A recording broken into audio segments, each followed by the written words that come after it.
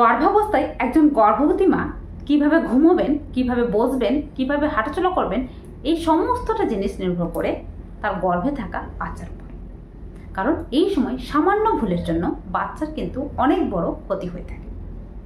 ঠিক তেমনি গর্ভাবস্থায় অনেকে রয়েছেন যারা স্বাভাবিকভাবে এই সময় বেশ পরিমাণে শুয়ে বসে থাকতে চান। এক্ষেত্রে আপনি যদি গর্ভাবস্থায় বেশ পরিমাণে শুয়ে বসে থাকেন, বাচ্চার ক্ষেত্রে কী কী ক্ষতি হতে পারে আপনি নিজেও বুঝতে পারবেন। তো চলুন আজকের ভিডিওতে এই বিষয়ে আলোচনা। নমস্কার বন্ধুরা, দেশকুন পঞ্চুর আরেকটি নতুন ইনফরমেটিভ ভিডিওতে সবাইকে অনেক ওয়েলকাম, অনেক ভালোবাসা।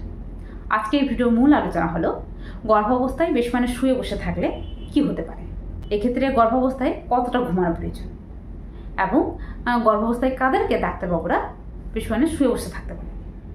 তাছাড়াও এই সময় অনেকে রয়েছেন যাদের ক্ষেত্রে কিন্তু ঘুমের অনেক রকম সমস্যা হচ্ছে, সেক্ষেত্রে গর্ভাবস্থায় ভালো ঘুমের জন্য কি করা উচিত, পুরোটাই ডিটেলসলিভাবে আলোচনা করব। অবশ্যই ভিডিওটি স্কিপ না করে শেষ পর্যন্ত দেখুন, আশা করি অনেক কিছু জানতে পারবেন। এবং ভিডিওটি যদি ভালো লেগে থাকে অবশ্যই একটি লাইক, কমেন্ট, শেয়ার করে আমার চ্যানেলটিকে সাবস্ক্রাইব করে আমার পাশে থাকবেন। চলো ভিডিও মূল বেশি যাচ্ছে। তো দেখুন, গর্ভাবস্থায় বিভিন্ন রকম হরমোনাল পরিবর্তনের কারণে এই সময় প্রায় প্রত্যেকটা গর্ভবতী মাকে বেশি বেশি পরিমাণে দুর্বল লাগে। সেক্ষেত্রে স্বাভাবিকভাবে এই সময় অনেকে রয়েছেন যারা বেশিরভাগ সময়ে শুয়ে বসে থাকতে চান। কিন্তু আপনি যদি গর্ভাবস্থায় বেশ মানে শুয়ে বসে থাকেন, এক্ষেত্রে আপনার ক্ষেত্রে ক্ষতি হওয়া, এমনকি আপনার বাচ্চার ক্ষেত্রে অনেক বড় ক্ষতি হওয়ার সম্ভাবনা থাকে। সেক্ষেত্রে গর্ভাবস্থায় কতটা ঘুমানো প্রয়োজন এবং এই সময় ভালো ঘুমের জন্য কী কী করা প্রয়োজন সে বিষয়ে আলোচনা করব। তার আগেই বলি, এই সময় আপনি বেশ মানে শুয়ে বসে থাকলে আপনার ক্ষেত্রে কী কী ক্ষতি হয় এবং আপনার বাচ্চার ক্ষেত্রে কী কী ক্ষতি হয়ে থাকে। চলুন এই বিষয়ে প্রথমত যেটা বলবো সেটা হলো, আপনি যদি গর্ভাবস্থায় বেশ মানে শুয়ে বসে থাকেন, সেক্ষেত্রে যেটা হবে যে আপনার ক্ষেত্রে স্বাভাবিকের তুলনায় ওজন বৃদ্ধি পেয়ে যাওয়ার চান্স বেড়ে যায়। এর কারণ কি? দেখো, গর্ভাবস্থায় প্রায় প্রত্যেকের ক্ষেত্রে ওজন বৃদ্ধি পায়, কিন্তু আপনি যদি বেশ মানে শুয়ে বসে থাকেন, সেক্ষেত্রে যেটা হবে যে আপনার ক্ষেত্রে মাত্রাতিরিক্ত ওজন বৃদ্ধি পেয়ে যায়। এক্ষেত্রে গর্ভাবস্থায় যদি অতিরিক্ত পরিমাণে ওজন বৃদ্ধি পেয়ে যায়, সেক্ষেত্রে যেটা হবে যে আপনার ডেলিভারিতে তো সমস্যা হবেই, তার সঙ্গে সঙ্গে আপনার ক্ষেত্রে blood pressure high, sugar high, এমনকি থাইরয়েডের সমস্যাও কিন্তু দেখা দিতে পারে।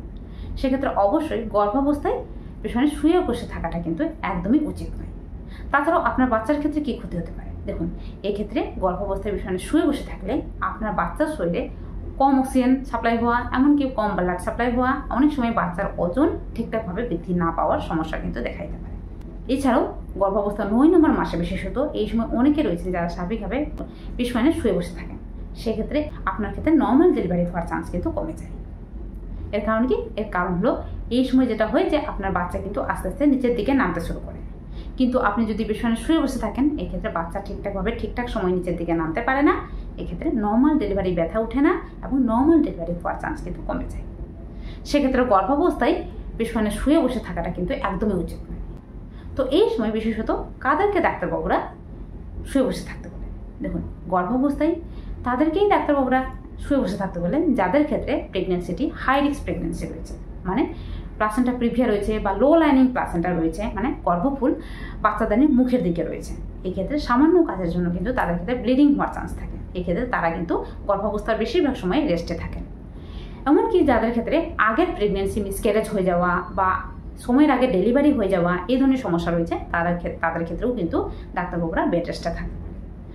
এছাড়াও বাচ্চার ক্ষেত্রে কোনো সমস্যা রয়েছে বা মায়ের ক্ষেত্রেও কোনো সমস্যা রয়েছে, তাদের ক্ষেত্রেও কিন্তু রেস্টে থাকতে পারে। কিন্তু আপনার ক্ষেত্রে যদি কোনো ধরনের সমস্যা না থাকে, এক্ষেত্রে আপনি যদি অকারণবশত গর্ভাবস্থায় শুয়ে বসে থাকেন, এক্ষেত্রে কিন্তু বাচ্চার ক্ষেত্রে বিভিন্ন ধরনের সমস্যা এবং আপনার ক্ষেত্রেও যে সমস্যাগুলোর কথা বললাম সেগুলোর সমস্যা কিন্তু দেখা দিতে পারে।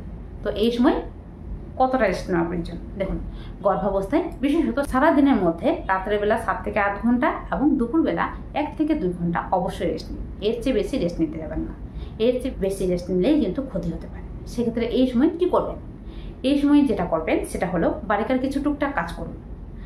তবে এই সময় অবশ্যই যে বিষয়টি খেয়াল রাখবেন সেটি হলো যে কোনো ভারী জিনিস তুলবেন না, ঝুঁকে কোনো কাজ করবেন না, সিঁড়ি দিয়ে বেশি উঠানামা করবেন না এবং কোনো ভারী জিনিস কাচাকুচি করবেন না।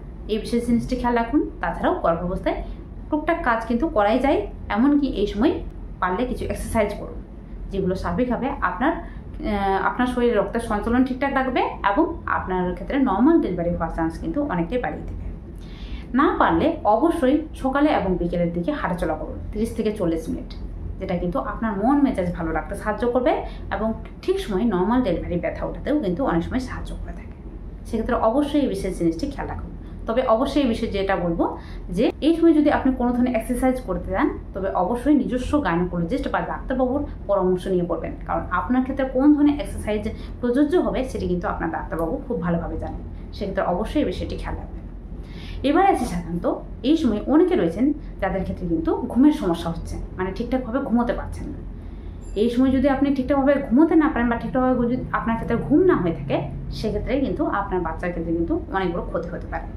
মানে আপনার ক্ষেত্রে মনোমেজাজ খিটমিটে হয়ে যাওয়া, এমনকি আপনার ক্ষেত্রে বিভিন্ন ধরনের সমস্যা হওয়া, তার সঙ্গে সঙ্গে বাচ্চার ওজন ঠিকঠাক সময় ঠিকঠাকভাবে না হওয়ারও কিন্তু সমস্যা দেখা দিতে পারে। সেক্ষেত্রে গর্ভাবস্থায় ভালো ঘুম হওয়াটা কিন্তু খুবই জরুরি। সেক্ষেত্রে ভালো ঘুমের জন্য কি করবেন দেখুন, এই সময় ভালো ঘুমের জন্য প্রথমত যেটা করবেন সেটি হলো রাতে ঘুমোতে যাওয়ার আগে জল খাওয়ার পরিমাণটা কমিয়ে দিন। সারাদিনে যা জল খাচ্ছেন খান, কিন্তু রাতেরবেলা ঘুমোতে যাওয়ার আগে সন্ধ্যা থেকে জল খাওয়ার পরিমাণটা একটু কমিয়ে দিন। সেক্ষেত্রে রাতেরবেলা ইউরিন কম পাবে এবং ঘুম ভালো হবে। দ্বিতীয়ত হলো রাতেরবেলা অবশ্যই ভর্তি পেটে বা খুব বেশি মানে খেয়ে ঘুমোতে যাবেন না। বেশি মানে খেলে যেটা হবে যে আপনার অস্বস্তি লাগবে এবং ঘুমের ব্যাঘাত ঘটবে। নেক্সট যে বিষয়টি হলো সেটি হলো এই সময় কোনো ধরনের ল্যাপটপ, ফোন বা মোবাইল এগুলো ইউজ করবেন না ঘুমোতে যাওয়ার আগে। এগুলো দূরে রেখে তবেই ঘুমান এবং অবশ্যই একটি পরিষ্কার পরিচ্ছন্ন কমফোর্টেবল বিছানায় ঘুমান এবং ঘুমানোর সময় অবশ্যই বেশি বেশি পরিমাণে পিলো ব্যবহার করুন। তলপেটের জায়গায়, ব্যাক সাইডে, দু পায়ের মাঝখানে পিলো রাখুন, ঘুম ভালো হবে। এবং অবশ্যই বাম পাশ ফিরে ঘুমান। বাম পাশ ফিরে ঘুমোলে আপনার শরীরে রক্ত সঞ্চালন ঠিকঠাক থাকে এবং আপনার বাচ্চার শরীরেও রক্ত সঞ্চালন ঠিকঠাক থাকে, বাচ্চা ঠিকঠাকভাবে বৃদ্ধি পেতে পারে। এই সময় মোস্ট ইম্পর্টেন্ট যেটা হলো কোনো ধরনের চিন্তা টেনশন করবেন না। চিন্তা টেনশন করলেও ঘুমের ব্যাঘাত ঘটে, এই বিষয়টি খেয়াল রাখুন। তো এই বিশেষ জিনিসটি খেয়াল রাখলে অবশ্যই গর্ভাবস্থায় আপনার ক্ষেত্রে ঘুম ভালো হবে এবং আপনার শরীর ভালো থাকবে। আপনি ভালো থাকলে বাচ্চা অটোমেটিক্যালি ভালো থাকবে। তবে এই সময় যে বিষয়টি খেয়াল রাখবেন সেটি হলো বেশ মানে রেস্ট থাকবেন না বা বেশ মানে শুয়ে বসে থাকবেন না। বেশ মানে শুয়ে বসে থাকলে আপনার ক্ষেত্রে নর্মাল ডেলিভারি হওয়ার চান্স কিন্তু কমে যায়, বিশেষত প্রেগনেন্সির শেষ 3 মাসে। তো অবশ্যই এই বিশেষ জিনিসটি খেয়াল রাখুন। আশা করি আজকের ভিডিওটি প্রচুর মানে হেল্পফুল হয়েছে প্রত্যেকটা মায়েদের জন্য। তার জন্য বেশি বেশি করে শেয়ার করুন এবং ভিডিওটি যদি ভালো লেগে থাকে অবশ্যই আমার চ্যানেলকে সাবস্ক্রাইব করে আমার পাশে থাকুন।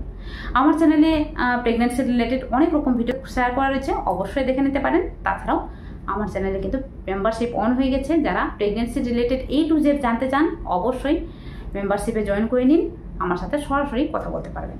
তো চলুন আজকে ভিডিওটি এই পর্যন্ত, দেখা হবে আরেকটি নতুন ভিডিওতে। আজকের জন্য টাটা, সবাই ভালো থাকবেন, সুস্থ থাকবেন, সাবধানে থাকবেন।